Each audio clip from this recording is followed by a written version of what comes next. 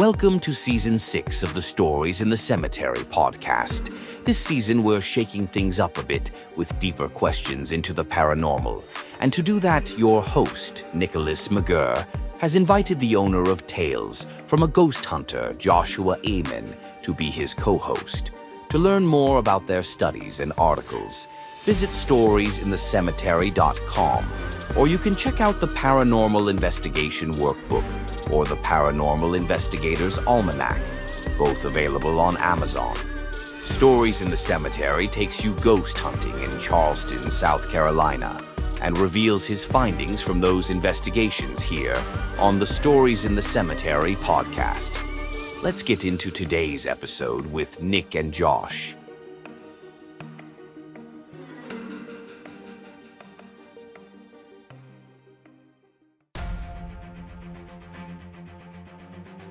Is it on your bucket list to go ghost hunting with real paranormal equipment like you see on your favorite paranormal TV shows? You're in luck. Your host of the Stories in the Cemetery podcast also runs an interactive ghost hunting experience in Charleston, South Carolina.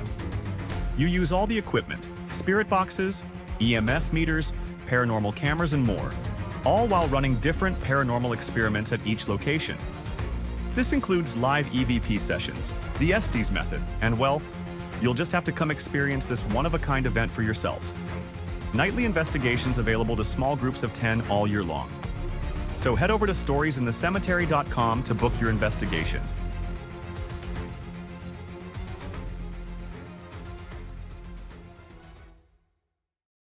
All right, everybody, welcome to Season 6, Episode 51. We made it to Year 6 of the Stories in the Cemetery podcast. And as I kind of teased some of you on on TikTok, I kind of gave you guys the heads up that Josh Amen from Tales from a Ghost Hunter has accepted the permanent role of co-host of the Stories in the Cemetery podcast. Welcome, Josh. He's here. He's pointing at his shirt. Like, this is an audio podcast, Josh. I know you've been on a million other podcasts that are video too, but he's pointing at his shirt, everybody. It's his Sitsy Stories in a Cemetery branded T-shirt that he bought to make fun of me about 6 or 7 months ago. Yes, sir. Yes, sir. So, I bought it just specifically for that video where I literally put on my little Irish cap and completely tried to emulate you. Yeah, my cool vest. I think your vest was like one of those like jacket vests, wasn't it? Like, it wasn't like a gentleman's vest like I wear. It was like a puffy coat vest. Like, I don't even know how to explain it. It is a puffy coat. I actually got it in Ireland, as well as the hat. They're both from Ireland. Okay, well, my last name is McGurr. I'll take it. There you go. So, listeners, this is how it's going to be. Like, we laugh. We're gonna teach each other some stuff. This episode, we thought we'd keep it in line with the end of our last conversation from our Halloween episode. So we are recording this way too early. Like, it is still 2024 when we are recording this, but this won't be launched, Josh, until probably early to mid-January. As we continue to build up a bank, so to speak. But the hope here, folks, is that we actually have a bi-weekly show where we're coming at you with a continued conversation. And this particular episode is going to focus on EMF, which is electromagnetic fields, and the radiation that it causes. We're going to start off things super simple. Josh, I think let's have you kick this off. We're going to start off, I think, with just a simple K2 meter. And why don't you tell us a little bit about the science behind that, and I'll tell you why I don't use them. So every ghost hunter basically starts with this device. It's your simple blinky light K2 meter. Everybody sees them on every single paranormal show. You had the old school one that was gray, and the only thing that has happened since is now they're black. And some of them make noise, but it's pretty much the exact same thing. And it starts at 2 milligauss. So milligauss is the measurement that the electricity is monitored in for a K2 meter. Now, it's a very small measurement. Milligauss is under Gauss, which is under watt. So it's just like the base like of electrical radiation measurement, and it only goes to 20. So you have a range of 2 to 20, which is nothing. It's a really small range. They only make 1 meter called a ghost meter, which takes the K2 and makes it even more flashy with more lights and sound, and it looks like a 5-year-old's toy. And it goes from 0 to 5. Wow. So So the K2 meters that I have, well, first off, I have one of the ones that's supposed to make that, I guess, buzzing sound. I would call it a, wrong answer sound, like a kind of like, it's horrible for outdoors. So I investigate most, like everything on the tours for me is outdoors. It's horrible. You can't hear it. I spent the extra $10 to replace one. And you can't hear it at all. But the black ones actually go from 2.5 milligauss up to 25. okay. So So they've upgraded the range a little bit. yeah, a hair. And I'm gonna, throw in my 2 cents of what I know about these different meters. And you're talking like the minuscule, amount that 2.5 or 2 is. I usually tell people, like with the tours, like we go straight to 2 to 2.5 on an upgraded type of EMF meter, just because natural EMF coming off of the Earth is up to 1.1 milligauss. So anything in like those point ranges, like 0.1, 0.6, 0.8, whatever, like they're irrelevant because it's just natural fluctuation coming in off of the Earth. So I usually tell my folks, because we use 3 different styles of EMF meters that were all in the same unit of measure. And I think I talked about EMF meters and how to convert the units of Tesla into milligauss, because some of the apps actually, I did that on the ghost hunting apps episode. But again, I just wanted to point out, like, just to show how minuscule, those things actually read out. It's, natural EMF is just 1.1 or up to 1.1 rather, because it's going to fluctuate. It's not going to read, constant the whole time. Right. And funny enough, if you look up like there's something that's sent out every year. Everybody gets it from their electric company, and it talks about EMF radiation and harmful levels. Now, there's been plenty of studies about what a harmful level is for EMF, symptoms of that, and how it can affect people. Basically, electrical companies say that it has to start at 3 milligauss for it to start to become an issue for people. This can do so many different things. Exposure to EMF can start with nerve stimulation, tissue heating, and cellular change. Now, this basically means that it's disrupting normal human, trying to think of the word, normal, like, structures, tissue, just like the normal things that are happening inside of our bodies. From a low frequency to a stronger frequency, cause like tingling pain, dizziness, feelings of like getting hot flashes. You can have, things as much as like it starts to make you itch. This can also go into like, it can affect organ function. It can affect your behavior. It can affect cognitive impairment. So you could, this is where I start talking to people about like, oh, you can see things from high-end EMF. So high levels of EMF radiation, when we're getting into 20, 30, 40, 50, is where people can start getting to this point of seeing things. And the World Health Organization actually talks about the environmental levels causing these issues and being dangerous. So, and there's so much more. I mean, there's other symptoms that they list off for different things you can have, and they went as far as surveys where they broke down how many people in each country have hypersensitivity to EMF, which means that they are sensitive to the point of feeling the fluctuations in the earth EMF. So there's, with some of the locations that I visit on a regular, and I tested quite a few electronic pieces inside of, my home. my office, just, with millimeters. So I kind of got a taste of how to explain things to my guests on the regular. I found that a normal TV set, flat screen, 40, let's say 40 to 50 inches in size, will give off about 40 to 60 milligauss, depending on what's plugged into the back of it.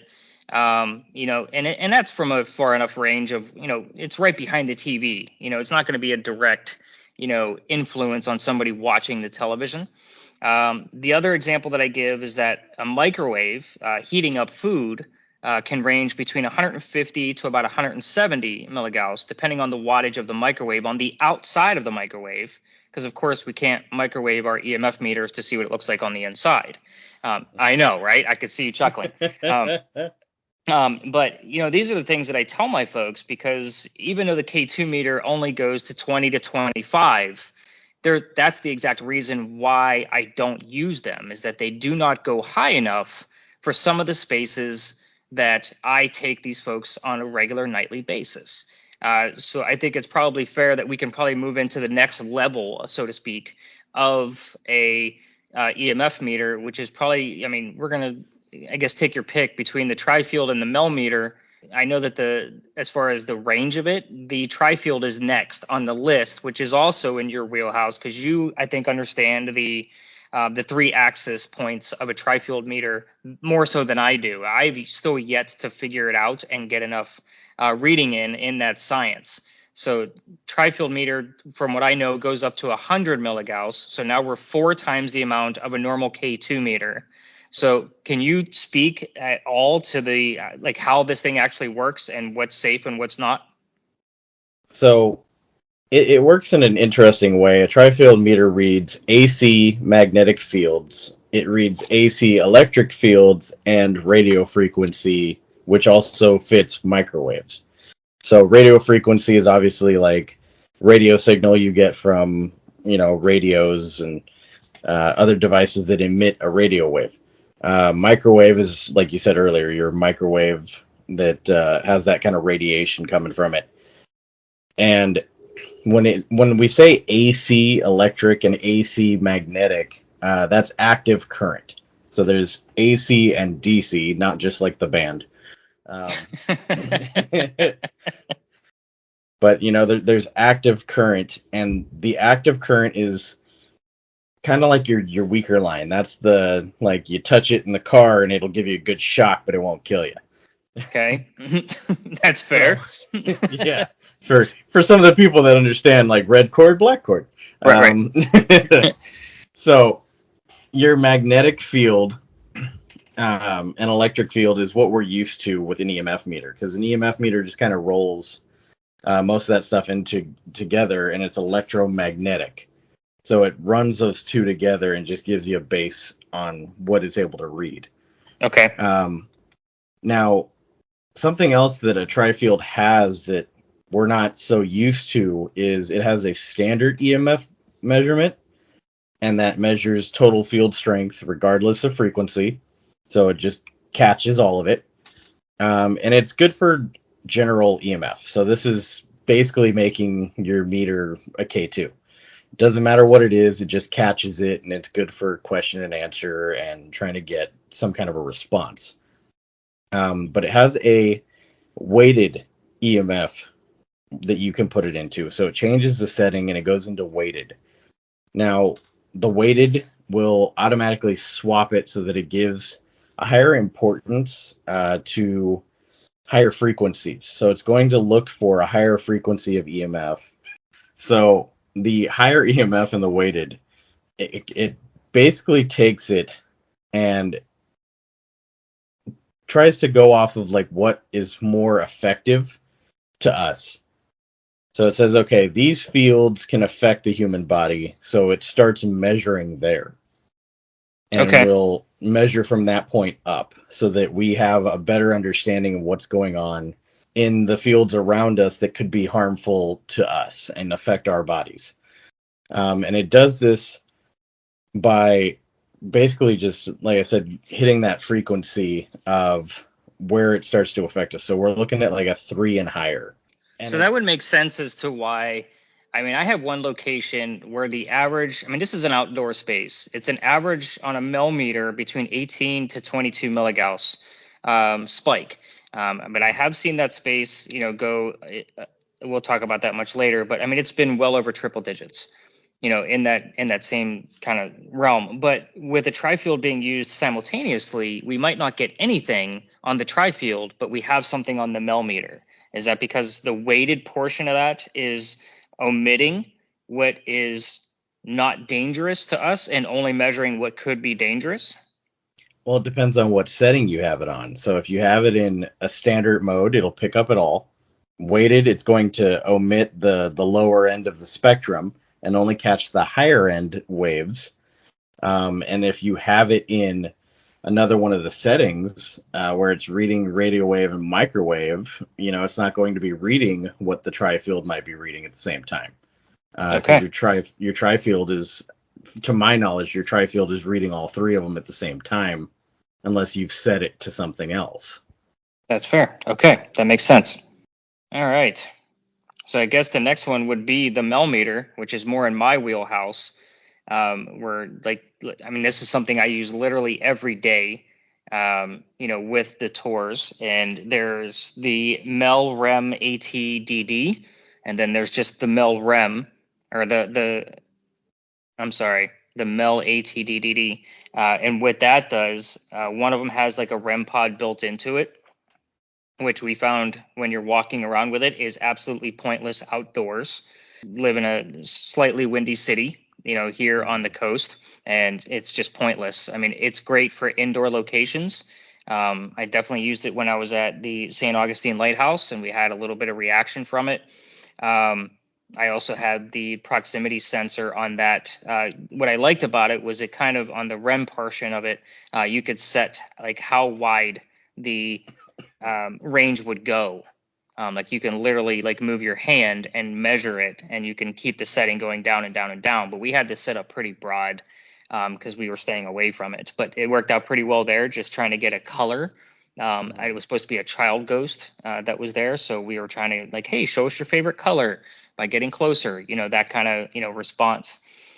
But with the Mel Rem, what I think I like about it so much is, you could see it at night because the screens are red. They are backlit red. They do go all the way up to 200 milligauss. And I've actually been in spaces where I've watched them error out, meaning it's gone above 200 and we don't know how high it went. Wow. Again, I've seen it at the St. Augustine Lighthouse. I watched it go, I think it was 187.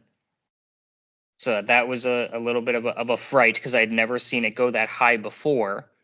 I literally left the room, reset it just to make sure it wasn't some type of error and I didn't have it, decimal point in the wrong place kind of thing. And then we went back in, and I believe we had like a 185 to 186. So something was definitely influencing it, at that point. But the outdoor location, I've actually seen it error out 3 times in 15 minutes and stay above 100 milligauss in between those 15-minute increments of erroring out. We did leave. Most of my listeners will tell you that they probably know that I do have seizures.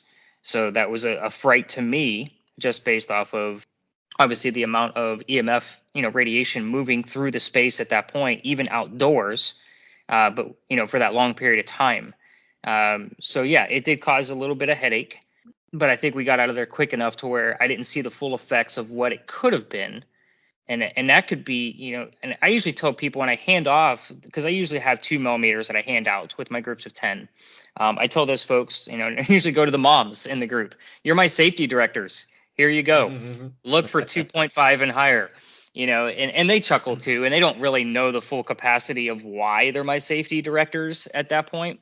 But that's exactly how I treat them, is with the like, hey, you need to let me know 2.5 and higher. We're going to escalate the numbers. I don't want to be writing numbers back and forth, but I want to watch each one of them grow, and we'll write down and record those to see how high it goes. But lately, I mean, the space where I normally see that 18 to 22, it's been a little on the downside. We've had a couple of spikes of like 60, We had one of those, I think it was a 61 a few nights ago. But yeah, we haven't seen a triple digit out of that location in quite some time, which wouldn't be found obviously on a tri-field meter because it only goes to 100.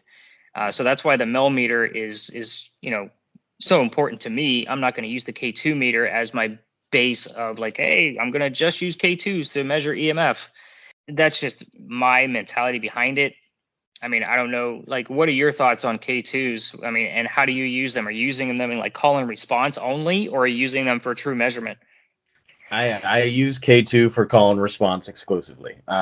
It's not a meter that is usable for measurement, in my opinion. It's not sensitive to anything specifically. It is a broad spectrum meter. It just reads anything in the EMF spectrum. And as we kind of talked about last time, that can be anything from radio waves to gamma rays. There's a lot of stuff that goes into EMF radiation, and the EMF meter will just pick up anything in that spectrum all the way across. So the K2 is completely useless to read anything we want specifically. Going backwards a little bit, just to like something you were saying for the listeners out there, the equivalent of somewhere around 100 milligauss is a bad electrical panel. So I've had a house where I've maxed out a meter at over 100 milligauss off of a bad electrical panel. Wow. So to give people, kind of a point of reference, like that's how dangerous that can be. Just think about like having what your house runs off, your entire home connected to this one panel, and that's leaking EMF. Wow. That's quite a bit. And when I had that 187 and then the other reading of 185, I want to say, I think it's called the Governor's House at the St. Augustine Lighthouse.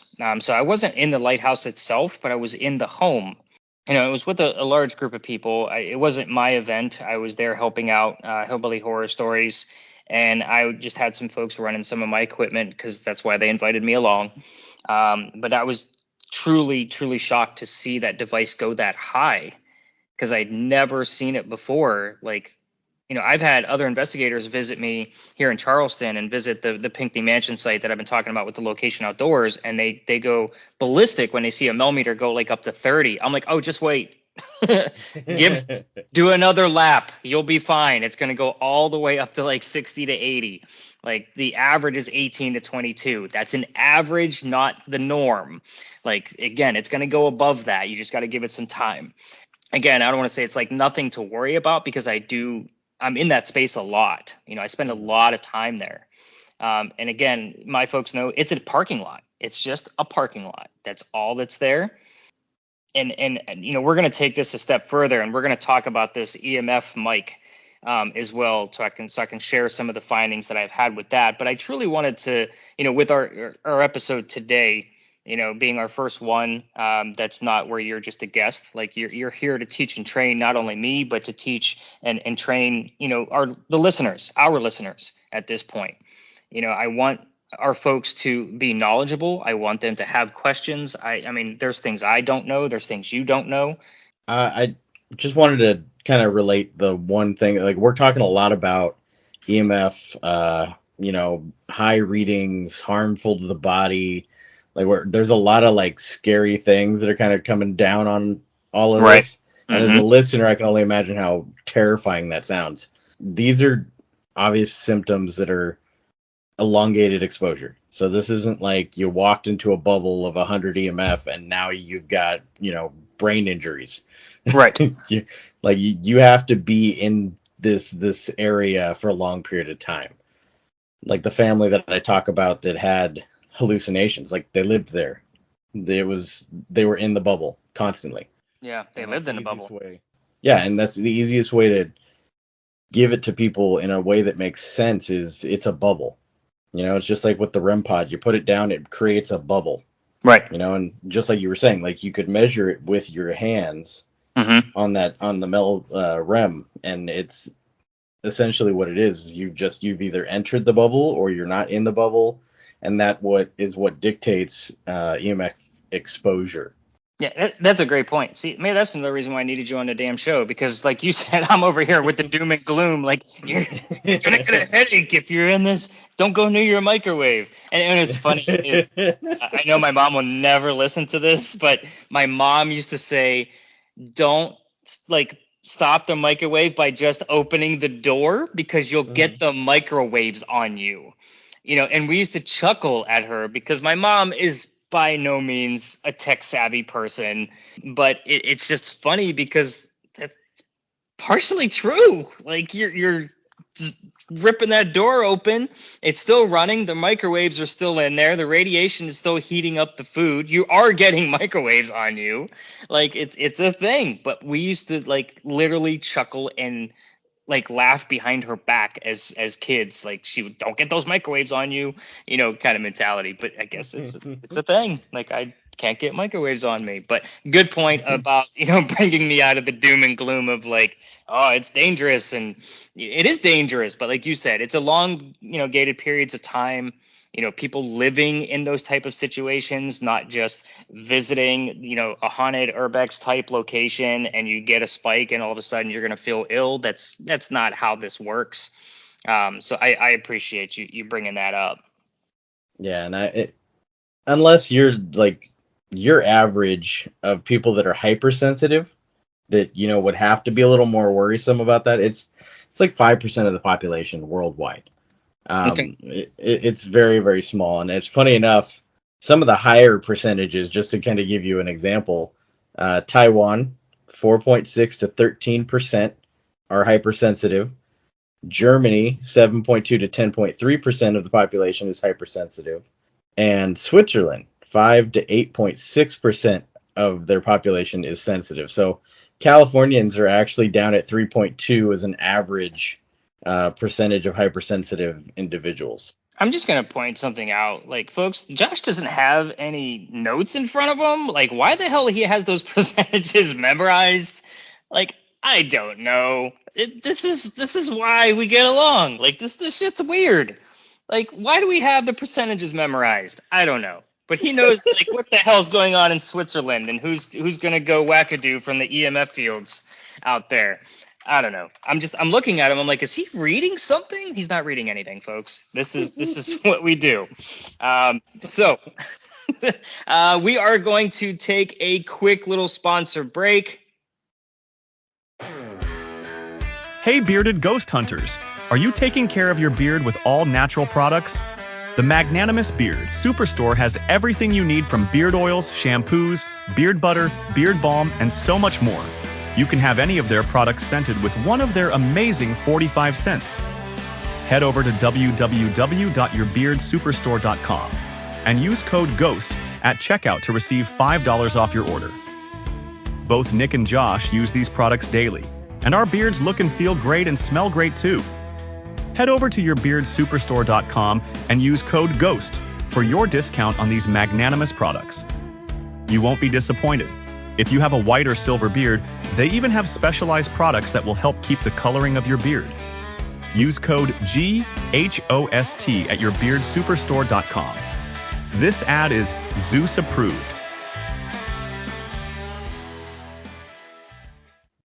All right, we're back. We're still laughing, everybody. So, that was our new sponsor, Magnanimous Beard Products. So if you have a beard, and I'm pretty sure I have a beard. That's a full beard.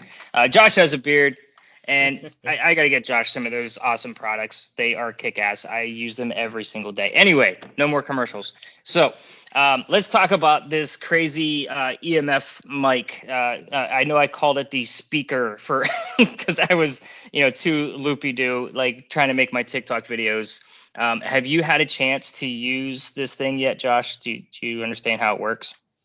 I've used it in the sense of, like, you walk around, you can hear the EMF waves. I haven't had a chance to use it on location yet. Okay. And I'm interested to kind of hear, like, what you found with it, what comes through in it. Because, I mean, the one clip you did send me when you first were using it almost sounded like there was a word trying to come through in the frequency. Which really, like, begs some questions that I have. So I want to know what else you found. So I'll be honest. So how do I explain this? I take folks out, 10 at a time, and I only bring this device if we have 10 people. Here's why. It is the most boring job that I hand out for people to do. It's fascinating to get the recording back. Here's when I get into that.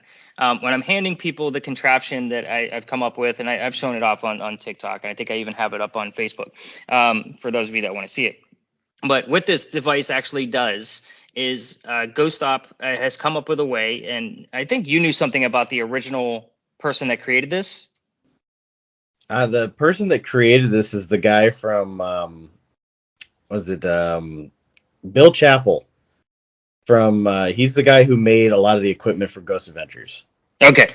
So I knew that you and I had discussed this before. Yeah, we do not speak of them. Okay. just Bill. Yeah. Fair enough. Moving on. Now, this device is designed to only hear basically the radiation waves around us, including EMF and anything from your electrical outlets and so forth and so on. Essentially, it is a very low humming, buzzing noise, depending on what you are listening to. Most people can't even hear it right at first, especially since we work outdoors. I do give them a set of headphones to use to go along with it. I've attached a K2 meter to it and a voice recorder, so that way we can record the entire thing. The K2 can give them any, quick references to spikes, maybe something they should be paying attention to. But I have found one other thing where, and I've only used it maybe 24 times on the tours. So maybe we'll just say 24 times that I've gone through this. But with what we're looking for is really in the audio waves. So I've learned more by looking at the audio waves than I have by actually using the device. So I use Audacity. I take the full recording, and it doesn't record anything else besides, the EM around you. So for listeners, again, you can put a set of headphones on and still hear the people around you. That's what's so unique about this. But looking at the audio waves in Audacity, you can see the bell curves of when somebody walks close to an electrical pole and then walks away. It's got a perfect bell curve to it. Nice and easy to spot. Oh, I'm gonna take a step backwards for a second. So in Audacity, you get a left and right channel. I noticed, like the way I have mine set up, that I should only get things from the left channel, because on the right channel is basically the back of the device pointed, because it is a directional device. So if I get something that is matched in both the left and right channel as a spike, a bell curve, it's normally just a spike, because that means that the user actually set the device down and it brushed up against them in some way, shape, or form and caused the friction that's going to go through both channels of the device. So I've learned that. So that was fascinating to figure that out. I was like, holy balls, like that, like, why am I getting this? And then I realized, like, oh, that's their pace of walking from one space to the next, because we don't stop the recording. I told them we're going to let it record the whole night. So I want you to point it at the ground, at our electrical grids, for our parking meters. I want you to point it at telephone poles. I want you to learn how these things sound. The interesting thing is when I go through, I don't have to listen to the whole thing now. I can look at the whole thing and see just the spikes. I don't want the bell curves. The bell curves don't mean anything to me. It's the spikes. I go through and I literally listen to just the spikes coming off of one channel, just the left channel. I don't want it to match the right channel, because that means it's a scuff that it hit something on their person. But the left channel, if I have a spike just there, I want to hear it. I've only found one other instance where I've had a voice, but it was even smaller than the one that I originally sent you, where it sounded like there were two voices in there. Because the one I think I sent you was like 3 seconds long, and I think the one that I later found a few weeks later was only like 1.5 seconds long. Like, it wasn't much at all. But it did definitely have that humanoid type of sound, and it wasn't, and that you get used to like what these things actually sound like. Because I did go through and study the bell curves and study the spikes and see what's going on, and you get used to like what certain things will go and sound like. This was not anything like I'd found elsewhere. It's indiscernible. So it's not enough. I tried slowing it down. I tried speeding it up, reversing it. I tried all kinds of things, cleaning it up. I still cannot make out. And I know when I posted the one that I sent you on TikTok, I had quite a few people trying to clean it up and try to send me files back, trying to see what they come up with out of it. And I think everybody had a little bit of something different. And it could have been that, like, I don't want to say, like, there's a term for it. It's not the pareidolia piece. It's something else where your brain, it's almost like what you see a face in everything because our brain is trained that way. So it is technically, it's audio pareidolia. Okay, we'll take that. See, we work well together, everybody. So again, it could be something to that nature. I hear a male and a female voice. Most people just heard a female voice coming out of it. Everybody had a different word of what they thought it was. I just said it was indiscernible. I shouldn't have to tell somebody what an EVP sounds like, or what the words are. I do that all the time. So if I come up with something or I find a disembodied voice, I always send it to the guest from that particular tour and have them get back to me to see what the consensus is. I don't tell them what I think it says at all. So I usually get the same response back from every party that listened to it. So that's when I know, okay, I'm not crazy. I'm not, whatever. This is what it is. But with this device, it is fascinating as shit, but boring as hell. It's a boring job. It really is. It's almost like we should just set it up in a room where there's nobody working, haunted wise. Just let it run and study the audio waves later. And you don't even need to listen to it. Once you get the gist of like what these things sound like what an outlet sounds like, what your laptop sounds like, because everything has its own signature. Yeah, that's the perfect way to put it. It's a perfect signature of what that sounds like, what this sounds like. And it just depends on the wattage running through that electronic device. So that's why everything sounds a little bit different.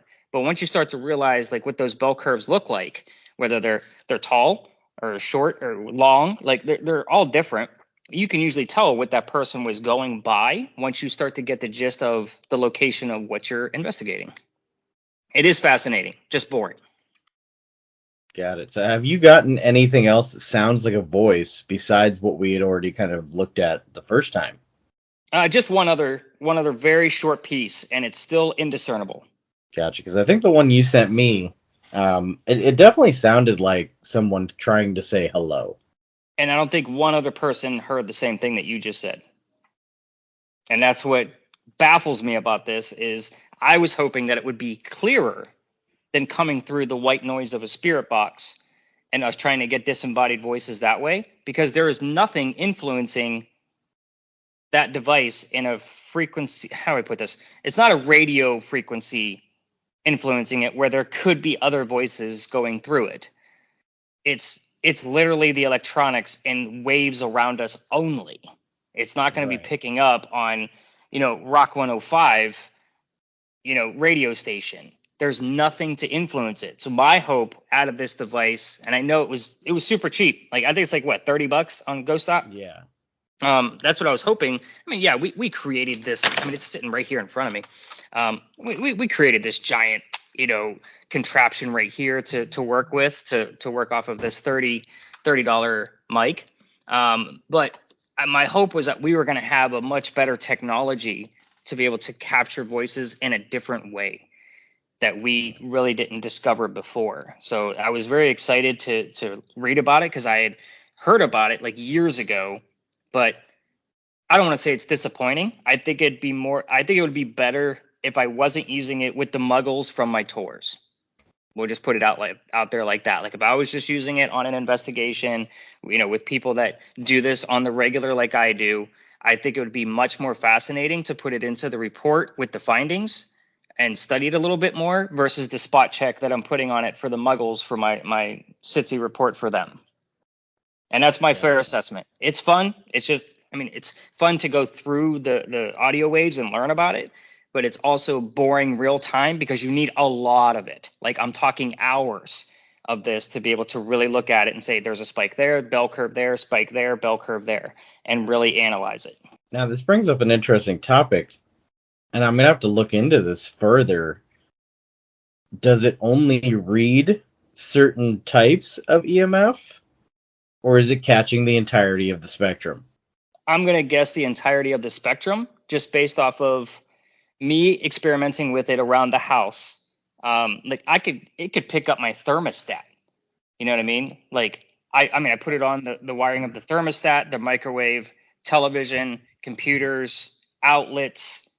I mean, I went to any electronic item that I could think of just to really learn what this thing does.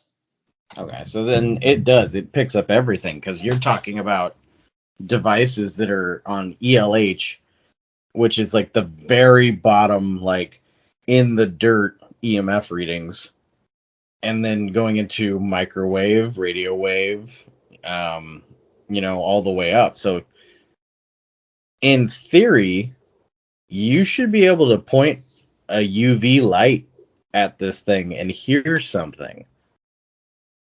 And if you hear something by pointing a UV light at it, then it's catching that as an EMF wave. Well, you also have to remember, dude, you're the guy with the UV lights. I have the infrared lights. I'm not trying to scare shit away. It should catch that too. I don't think I've tried it. I'd like to try it with my new dark beam light, though. I think that would be... The dark beam should, if it catches the entirety of the EMF spectrum, it should be able to pick up something from the dark beam because IR is also in the EMF radiation spectrum. So, but that also brings into, like, if it catches your IR light, we might have bought something that might not be that useful, honestly, because if it catches your dark light beam, right, it might also catch a regular flashlight. So you might be able to shine a flashlight at it and catch an audio clip, because visible light is also part of EMF radiation spectrum. So, like, all of these things are in the EMF spectrum. Wow. Now I got to run some damn tests tomorrow. Thanks, dude. You know, I'm going to have to, like, amend this episode with the findings of what I did with the freaking lights and experimentations. I'll try and screw around with mine as well. Do you have tomorrow. A dark beam? I don't, but I have a UV flashlight. I have the giant IR lights I've shown you, like the ones that are like this big, and I have all sorts of. I've got crazy high lumen flashlights, and I wonder what the hell it would do by just shining the like SLS camera at it with that spray of dots. That would be interesting because that spray of dots is also IR. It's also that's all infrared. So it should, and that brings into question, like, how is it reading the EMF spectrum? You know, like, what is the sensor doing? Is it picking it up as light, or is it just picking it up as sound? Because it's going through the recorder. Well, that's what I got you for. For you to explain this shit to me. I gotta look into it and see how that device goes together and see what it is that's causing it to read, and then we're gonna have to kind of test it, because I have a feeling they're not gonna give us enough specifications for me to really figure that out just by the descriptors. Like, we're gonna have to test it to conclude what it actually will pick up. So I'm hoping it's just low end. I'm hoping it's just low end EMF, and it goes from the dirt to, the microwave and radio wave, and it kind of just stops there. Because if it goes past that into, like, light, then it's almost useless. Wow. Yeah, unless it's there you have it, a dark room. Yeah, I mean, unless it's sitting in a dark room, like you were saying, and it's like there's no light change. Yeah. Then it basically, like, oh, I shined my flashlight at it, and now I got an audio clip, and wow.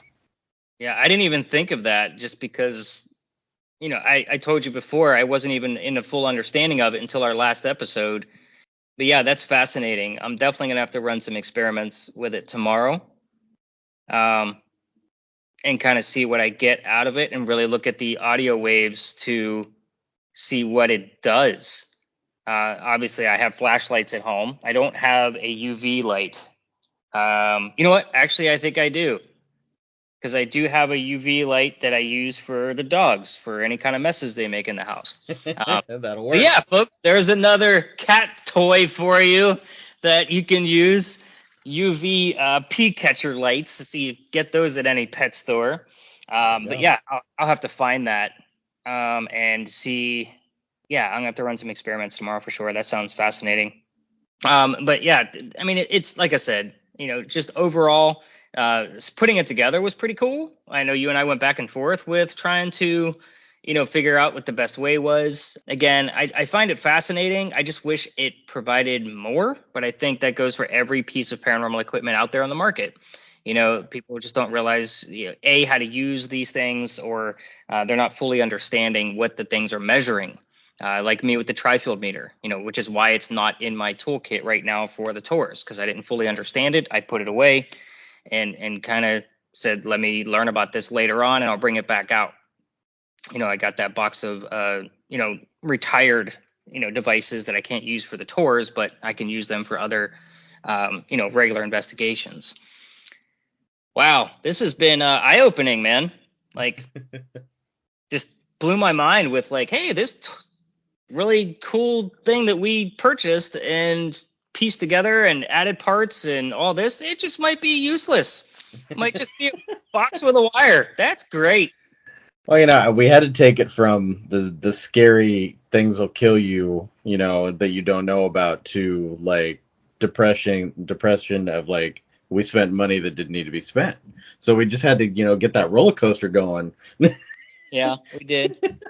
Well, I mean, I guess the honesty that came out of this conversation, it's going to be appreciated and reciprocated, from the listener point of view, just because, I mean, my folks know I'm nothing but honest. If I don't understand something, I'm going to tell them I don't understand something, and I'll dive in as much as I can, as long as, it's not too much in the way of the other things that I'm researching and going through. But I'm going to be the first one to tell them if it was a light night, and so forth and so on. And this just kind of fell right into that track. Like I said, it's fascinating. I want more from it, but I need to study it more. I just don't want to bore my guests with it. Some people find, when I have an electrician on the group, like, they're fascinated by it. Oh, I'm sure. Like, how does this work? I'm like, I don't know, but you're going to hear this low hum all night, and you're going to wave it around like you're Harry Potter, and you're going to tell me what you hear. So I'll take note of when you think you have a spike, or something got a little too high or out of range, or things get louder. Like, those are the things you're going to tell me. So I do take notes and just kind of look at the ebb and flow of what, the way it worked on the audio waves. And sometimes I have something. Most of the time I don't. I can usually look at it and the telephone pole. I don't even have to listen. That's the interesting piece. You just get used to it. And you said there's a low hum, like, all the time? When you're outdoors and you're near, transformers and parking meters and electrical lines, yeah. And if you, turn it, towards an electrical pole, there's one area, for example, that, we're on a street, we're crossing the street, and I'll stop them, and they're like in between 3 different poles. And I'll say, you can literally point it directly in between the 2 electrical poles, left and right, in your peripheral vision, and you should get a low hum. But go left or right, and you'll start to see, like, it gets louder as you go to each one, and it's directional in that fashion. But again, some people have, like, literally, like, gone, like, ape shit over this thing because they're electricians or they work with something with electricity, and they just find it fascinating. And like I said, it is fascinating, but we need more out of it. We need to understand it more, which is probably where conversations like this will come into play. As far as EMF meters, I know that you have a couple that are on the inexpensive side. So do you know the range of those more inexpensive pieces? The only one I would recommend is the regular K2 meter. The K2 meter is about $10 to $15. And then I have another one that is about $10 on a normal, like, anywhere you find it. And I've found it as cheap as a penny on Amazon. Wow. And it's called a DT 1130. So it goes up to 100. So it ranges a lot farther. Okay. It has a data hold, which I really like. So you can stop it at any point in time and just kind of hold that number. So if you get a high number, you can hit data hold and it'll freeze it. And then it has an alarm. So it'll start to beep as the number rises and make kind of a little bit of a noise. But it's also really sensitive. So like if I touch the top of it and like run my hand along the top of it, it'll go off and get like a small spike. Sure. But it's a really cool piece of equipment, and it's really, really cheap. Yeah, I mean, for $10, I mean, it goes up to 100. I mean, that's 4 times the amount of a K2, 5 in some instances if you're using the old gray ones. So I mean, I usually don't condone like buying cheap equipment, like cat balls, but that's a whole nother episode. But we're gonna I'll forever make you joke. love cat balls. Nope. I forgot to send you the ones I have here, by the way. But I mean, for folks that are, trying to get into learning about this truly and not just imitating, television shows or YouTubers, a $10 EMF meter, I mean, it's a great way for you to learn about it and then take the next step up. And just kind of take things from there. I mean, a K2 meter is very simple. It's like Josh said earlier, it's a blinky light device, and it has a 1-click button. Takes a 9-volt battery. Again, it's super simple. It only goes so high, and I usually, try to hand that off to like the little guy dressed like Venkman on the tour, like 6 years old. I'm like, just, hey, buddy, tell me what colors you see, because I already have them all memorized. You know what I mean? So he could be part of the team that night. So I know a lot of like quote unquote tours around, the country, because I talk to my guests and they say, oh, I've done this before. I've been on an investigation with another company in another state. I'm like, okay, well, talk to me about the equipment you've used so I can get you something different so you have a different experience. I'm like, oh, well, we used the K2 meter. We had some cat balls. I'm like, on a tour, you took cat balls? But anyway, yes, there are tours in the country that take cat balls out there. But, and I try to explain to them, like, we're going to take things like well beyond that tonight. So I'm glad you got a chance to see like basic tools. That's great. We're dealing with things a little bit on a different level here. So that's why the K2 meter just stays in the bag, unless I said, like, we got little guy, Billy, 6 years old, wants to, be part of the ghost hunting team. He gets the PKE meter, as we all know the Ghostbuster reference. But we are coming to a close on this episode. I think it was a great start for the new year. And thank you all for listening in. There's been a couple of things that have been going on, so I'm not really sure exactly the date that this will launch, but as you know, that Stories in the Cemetery's Paranormal Investigators Almanac will be out this month for sure. So it will definitely be out in January. And again, currently, I'm still working on the editing and trying to find the perfect size and so forth and so on. But by January, it will be ready for you on Amazon and, of course, on my website. Great articles in there, fantastic articles, and some great tips and tricks, like things that you're hearing between Josh and I right now from this episode. The new workbook will be in there with some updated Estes method scoring. So that will be the addition for the 2025 edition of the workbook. And it will have, again, this is being pre-recorded. We're going to do 20 investigation worksheets in there again. I think that's a good number for the investigation teams out there. And my new fiction title will hopefully, fingers crossed, will be launched in January of 2025 after Atlantis.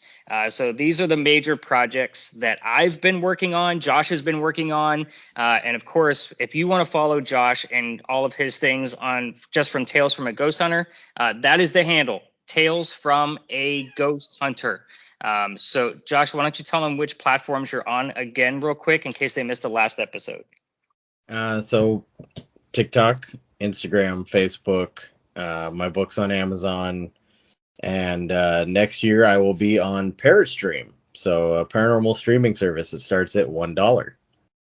Wow. So is there any other teams on there that maybe the listeners have heard of, or like I've even heard of? I haven't had a chance to dive into this. I've been knee deep in books. There's a lot of teams on there. I don't know if any of them are people that have that anyone's heard of. I do know that there was a a few different people that Ian, the gentleman who's in charge of all of it, kind of told me about. He mentioned as like his top people, Luke Kanaga, the Occult Family, Ghost Quarters, Night Watchers Paranormal. They're in Australia, and the top one was Jack O'Lantern. So he goes by the Jack O'Lantern. He's got 100K followers on TikTok. Okay. And he does a lot of like paranormal stuff. I haven't looked into a lot of these guys enough to know about like who they are as people. But I'm definitely going to be trying to set up some kind of interviews with some of them at some point, probably going into next year. Like, dude, you just been like interviewing like a boss like the past 6 months. I swear, every time I see something come across your TikTok, you're talking to somebody else from somebody else's podcast or your own separate podcast. Like, and obviously you're doing this project now. You know, kudos to you. You know, again, I mean, I know you're working this hard. You know, of trying to do this full time. I'm ecstatic that you're on the show and on at least on this podcast and going to be here on the regular, and trying to dive deep. And I think, like I said, you and I complement each other really well. I can't thank you enough for accepting the invitation. These are going to be like, again, I learned a shit ton of stuff just from this hour-long conversation. So I'm sure my listeners or our listeners at this point also learned a lot from the different type of spectrums. And of course, this conversation isn't over, guys. Like, this is just the beginning. Like, we wanted to touch base on the simplicity of some of these meters and how they actually operate. And of course, as we dive deeper into the science behind this, because I mean, dude, I've got some like massive UAP questions that I want to run across you. Just based off of some of like the different radiation fields and stuff like that. I mean, I've got theories. I mean, I think, man, that's all I fucking do is think. And try to come up with new stuff. But yeah, now I've got like alien shit going on in my brain because I've been listening, to some of the things that you've been talking about. I'm like, man, I do ghosts, not aliens. Like, why are these things connecting?